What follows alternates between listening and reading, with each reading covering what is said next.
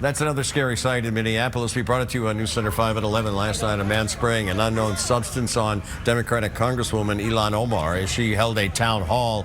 Preliminary reports say that substance was not toxic. The Hennepin County attorney is reviewing options on charges for the suspect there, whose motive is still not clear. But this comes as the most recent video causing anxiety and stress for a lot of people. Joining us now is Dr. Varsha Radhakrishnan, a psychiatrist at Tufts Medical Center. Doctor, thanks for being with us. Hey, doctor, it's always great to see you. So let's do please set politics aside for a moment.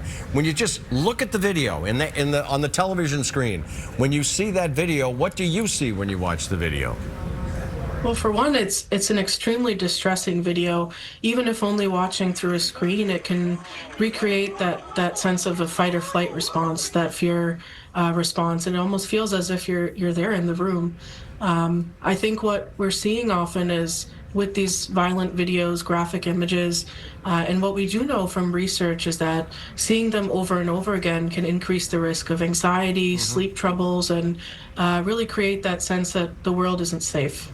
A lot of people, Doctor, are grappling with the videos that we've been showing with some of these recent deaths of Renee Good, Alex Preddy. Some of the angles are just they're close. They're a few feet away.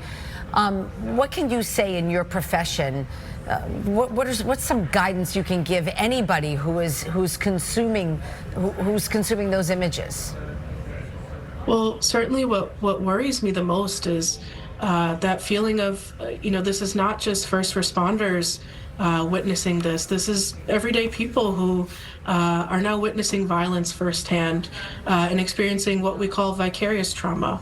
So feeling as if our mind and body are there in real time. I think some important things to really think about are both setting boundaries and limiting ourselves while also leaning on each other for support.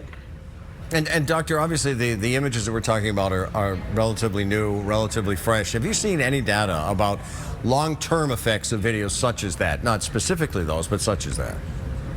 Yes, we have, and studies after events like 9/11 or the Boston Marathon bombing have indicated that, especially when there's more graphic news coverage and witnessing of this graphic coverage, that folks do experience more anxiety, depression, and even symptoms of post-traumatic stress disorder.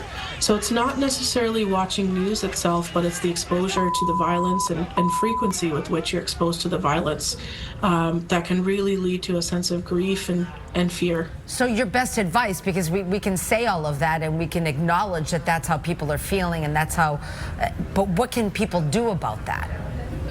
So I think first and foremost, the most important thing is if it means limiting, social media exposure, if it means deleting those apps, signing out, logging out, protect yourself. Ultimately, what's most important is both your mental health, but also sense of safety. I think that's what's really being lost for many folks when we see this constantly on all our social media. No, it's good advice and a good reminder. Dr. Radhakrishnan, thank you so much. We appreciate it. Thank you, Doctor.